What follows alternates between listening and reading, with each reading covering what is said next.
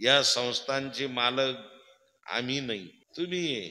पाणी झाडायला, लाईट लावायची, सकाळी जायचे, संध्याकाळी आरती करायची, सकाळी आरती करायची, देवीला नैवेद्य दाखायचा, सगळं आम्हाला करावं लागत।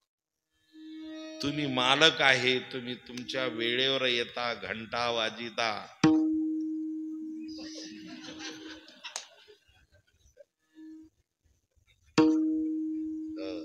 आणि तुम्हाला चहा पाजावं लागत आम्हाला। बसा बसा बसा, चहा पिऊन जा।